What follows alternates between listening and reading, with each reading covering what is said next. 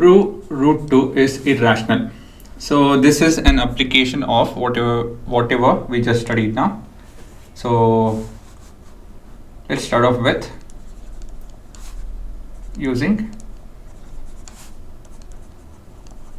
proof by contradiction. Okay, so here we're talking about, let's assume root 2 to be, what is contradictory of irrational number? That root 2 is a rational number, right? That is, root 2 is in the form of p by q, where q is not equal to 0 and p comma q are co-prime. This is very important. Okay, so this point is not to be missed. The next very step is squaring both sides. So we have root 2 the whole square is equal to p square by q square. If I rearrange this, I'll get 2 is equal to p square by q square, is it not? Then we have this, or I can write it as p square is equal to 2 into q square.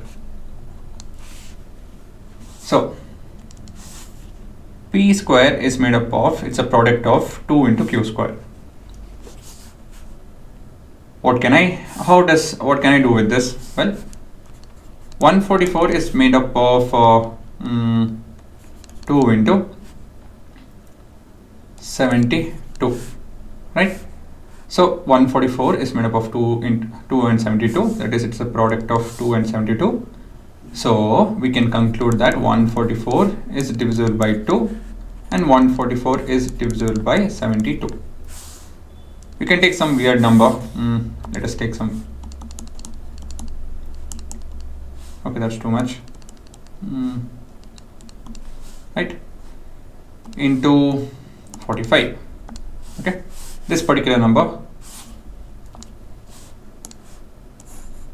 Right? This particular number is a product of 45 into whatever I typed. Now, can I tell that this entire number is divisible by 45? Right? So this answer, if I divide with 45, I'll get a whole number. Is it not? Because it's a product of 45 and something, it has to be divisible by 45.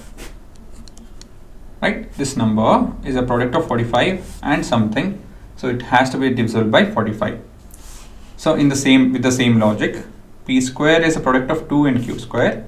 So p square is divisible by what? 2. Is it not? So 1 minute. Now p square is divisible by 2. Can I, with the help of the first law which we saw, a square if it's divisible by p and a is divisible by p. If a square is divisible by p, a will be divisible by p. In the same way, p square is divisible by 2. This implies p is divisible by 2. Right? So now, since it's divisible by 2, can I write p as 2 into some number? Is it not? Again, I'll give an example and explain it to you guys. So we tell that 10 is a product of 2. 10 is product divisible by 2. 10 can get divided by 2 to get a whole number. So can I tell that 10 is a product of 2 into 5?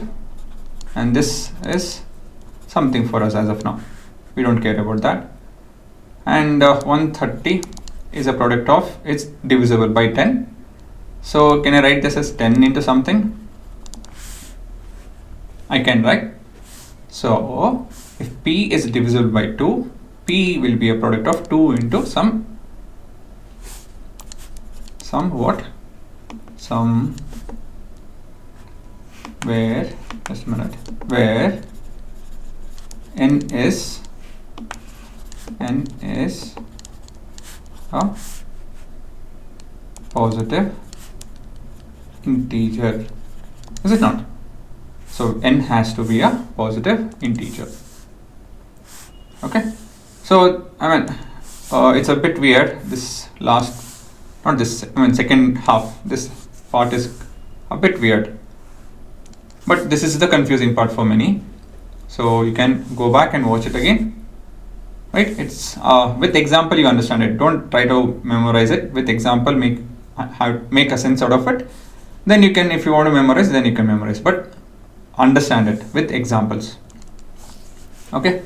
So now I will call this. Where is it? Yeah, this as equation 1. So in the next step, I'm going to substitute in 1. So in place of P, I'm going to write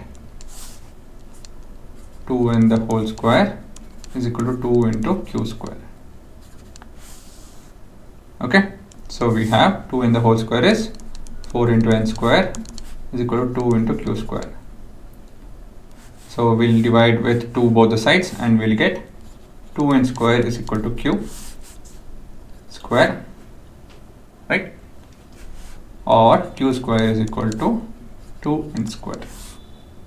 So now looking at the pattern over here, whatever we did over here, it's a similar pattern. So how can we go about, since q square is a product of 2 and n square, q square is divisible by 2. Thus q is divisible by 2.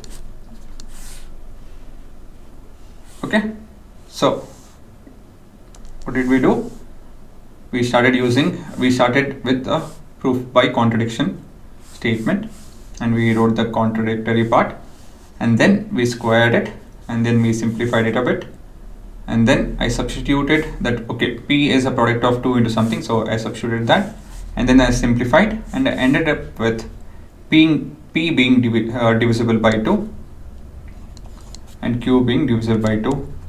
So from equation 2 and 3, right, I can conclude that, therefore from what can I conclude? 2 and 3, we can conclude that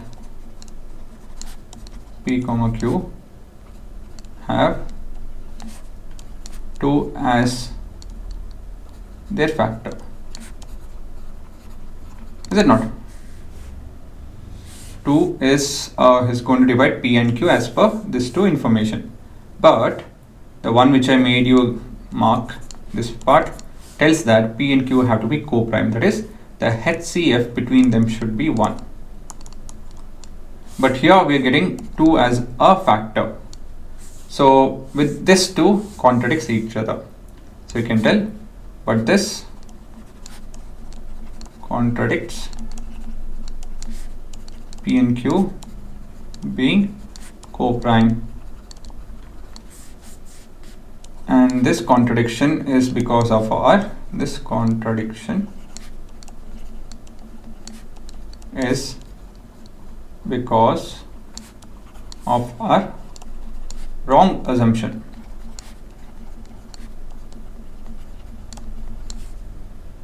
Therefore, root 2 is irrational. Okay, that's how proof by contradiction works.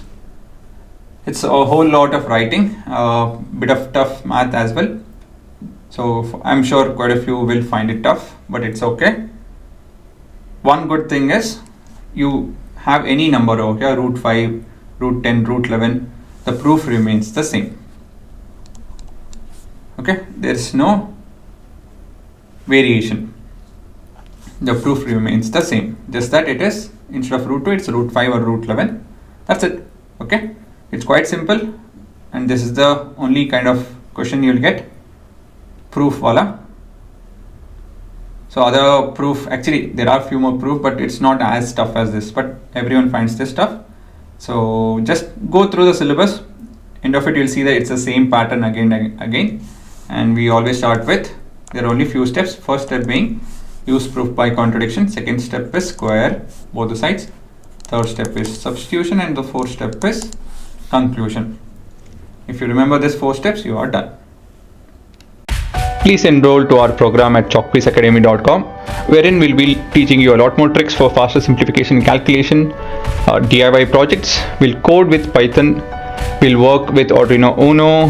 There are a lot more magic tricks and the physics behind it. There are printable materials which will help you recap and understand things better. We'll have live revision and doubt session 2 months before your term exams. It's very cost effective. There would be no ads or any kind of distractions, and we have a dedicated app to help you guys with this.